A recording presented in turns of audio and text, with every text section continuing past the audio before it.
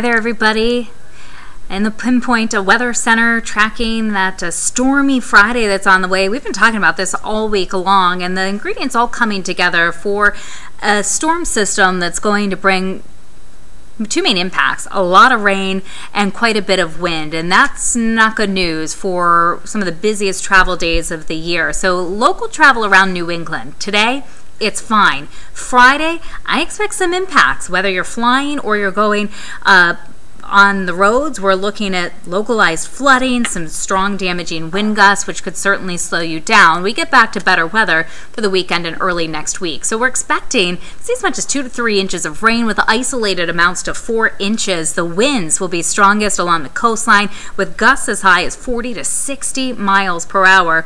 So some flooding and some scattered outages and wind damage a possibility. With those strong winds that we're forecasting, National Weather Service this morning wasn't surprised to see this. They issued a high wind watch for the coastline. That's where we're expecting the strongest winds. This is in effect from 6 o'clock in the morning until 10 o'clock at night. I wouldn't be surprised to at least see maybe a wind advisory expanded further inland to include more of our area. So we'll keep you updated on that. And that's in addition to the flood watch that was issued yesterday. That's still in effect from tonight at 1 a.m. until Saturday at 1 a.m. Here's what the forecast looks like for today. It's a chilly start, but we'll get back up into the mid and upper 40s this afternoon and stay much milder overnight tonight with the rain arriving late. We'll see increasing clouds and the temperatures staying in the 40s, even climbing, in fact, into the 50s. So here's that hour-by-hour forecast. High pressure that's kept us dry sliding out, low pressure in the southern United States lifting northward. So today it's really the Carolinas, Georgia, Florida especially that's in store for some travel impacts with this storm. By the end of the day in the evening commute, this has arrived in D.C. Even New York City could be seeing some light showers. The main batch of rain for us moves in after midnight tonight. You can see that heavy rain up and down the eastern seaboard tomorrow morning. So all across New England in the morning commute and down through New York City and the coast of the Carolinas is going to be dealing with that potential heavy rain and some strong wind gusts. 2 in the afternoon. The beat goes on. In fact, some of the worst weather will be in the afternoon and early evening. Look at this line that this is forecasting to come through here around the typical time of the evening commute. That's just a huge transport of tropical type air. When you get the heavier downpours, you're going to be more inclined to some possible damaging wind gusts. And we actually even have to watch out for a severe thunderstorm. Now, there's a low risk we could get an isolated brief tornado spin up out of this system. As we move into tomorrow night, Friday night, the heaviest rain will start to shift offshore. We'll still see some showers lingering, but the worst of the storm will be over with, and there may actually be a leftover shower first thing on Saturday.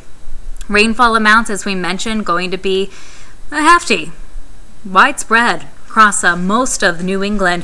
1 to 3 inches of rain, and those areas of red that you see where we could get some totals that are up over 3 inches. The winds aren't going to be bad during the early part of the night tonight, but by tomorrow morning we are going to start to see some stronger wind gusts. And you can see the wind direction here. This is out of the southeast. So winds out of the southeast will blow water towards the coastline. We'll have to watch for some minor splash over flooding during the high tide cycles, especially Friday evening's high tide, and then the strong winds continuing into the early part of the night. As the storm pulls away and cold front comes through, winds will shift to the west. It'll be blustery on Saturday. This is not going to show the power outage potential for me, but if it did, it would show that there's at least a low to almost moderate risk of some power outages where those highest wind gusts will be.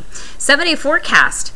All right, so not to be missed is the potential tomorrow for some record high temperatures. Lower 60s. The record to beat, 60 degrees. Fortunately, it's quite stormy. Saturday, lingering shower in the morning. We start off in the 50s, cool into the 40s. Sunday's dry, and Monday, this is not a big deal. Just looking at a few flurries or light snow shower possible to set the scene for you on Christmas Eve night, and Christmas Day still looking it's looking good. Sunshine, cool and dry. There's a new bike under the Christmas tree. Kids get a chance to try it out. And keep up with the latest weather updates throughout the day today at WPRI.com.